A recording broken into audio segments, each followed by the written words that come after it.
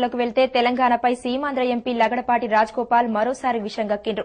హైదరాబాద్ లో 25 లక్షల కోట్ల సీమాంధ్రుల ఆస్తులు ఉన్నాయని తలా తోకాలేని మాటలన్నాడు. రాష్ట్ర విభజన జరిగితే హైదరాబాద్ లో భయానక వాతావరణం ఉంటదన్నారు.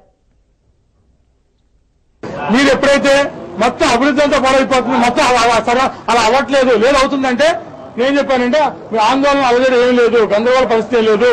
మీడియా చూడకపోతే బయట ప్రశాంతంగా ఉంది, మీడియా సెంట్రిక్ గా ఖచ్చితంగా నడుస్తుంది. ఏదో రాష్ట్రం అంతా అధోగతి పాలవుతుందన్నమాట ఒప్పుకోను. ఎందుకంటే ఎస్ ఖచ్చితంగా ఏది ఆగిపోలేదు. కాకపోతే చెప్పంటే ఇది కూడా సమస్య లేకపోతే ఇంకొంచెం అభివృద్ధి జరగవచ్చు, అది వేరే విషయం, ఇంకొంచెం జరగచ్చు. కానీ అంత మాత్రాన ఏది ఈ ఆందోళన వల్ల మొత్తం యావత్ రాష్ట్రం ఇదేదో మనకి అల్లకల్లోలం అయిపోయి మొత్తం రెస్ట్ పెట్టిపోతుందంటే ఒప్పుకోని చెప్తాను. అటు లగడపాటి కామెంట్స్ పై కరీంనగర్ ఎంపీ పొన్నం ప్రభాకర్ సీరియస్ అయిండ్రు. ఎంపీల ఫోరం కన్వీనర్ పదవికి రాజీనామా చేసిండ్రు. లగడపాటికి నైతిక విలువలు లేవన్నారు. తమను తిట్టి లగడపాటి ఏం గొప్పోడు కాడన్నారు. కాంగ్రెస్ పార్టీకి లగడపాటి ఏం చేసిండ్రని ప్రశ్నించిండ్రు.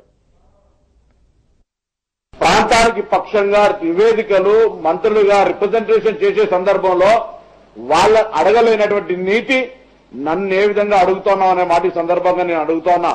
ఈ రోజు తెలంగాణ ప్రాంత ప్రజల పట్ల ఉన్న వివక్ష ఇదే అనేటువంటి మళ్ళొక్కసారి నువ్వు రుజువు చేస్తా ఉన్నావు. ఈ రోజు నీ ప్రాంతం పట్ల ఉన్నటువంటి వాళ్ళు మంత్రులుగా ఉన్నటువంటి వాళ్ళు ఒకే ప్రాంతానికి సంబంధించి విజ్ఞప్తి చేస్తే వాళ్ళ గురించి మాత్రం మాట్లాడవు. రాజ్యాంగబద్దంగా ప్రమాణ స్వీకారం చేసి కేంద్ర స్థాయి లోపల ప్రాతినిధ్యం వహించినటువంటి వాళ్ళు ఈరోజు ఒక ప్రాంతానికి పరిమితమై మాట్లాడితే మాత్రం మాట్లాడకుండా ఈరోజు ఒక కన్వీనర్ గా ఏ ఎంపీ అయినా కన్వీనర్ గా చేసేటువంటి వర్క్ లోపల బాధ్యత లోపల ఎక్కడైనా విఫలమైనాడన్న క్షణం ఈ బాధ్యతలో ఉండమనేటువంటి మనం చేస్తా ఉన్నాను.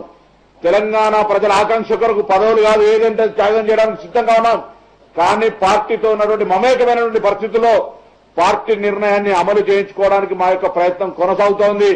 పార్టీ యొక్క నిర్ణయాన్ని వ్యతిరేకిస్తున్నది నువ్వు, పార్టీ నిర్ణయాన్ని అమలు జరిపి పార్టీ గౌరవాన్ని కాపాడమనేటువంటి ఒక ప్రయత్నం చేస్తున్నది మేము. ఆ మాట నువ్వు మర్చిపోతే ఇది మంచిది కాదనే మాట మనం చేస్తా ఉన్నాను. అసలు కాంగ్రెస్ పార్టీలో నీ సేవ ఎంత?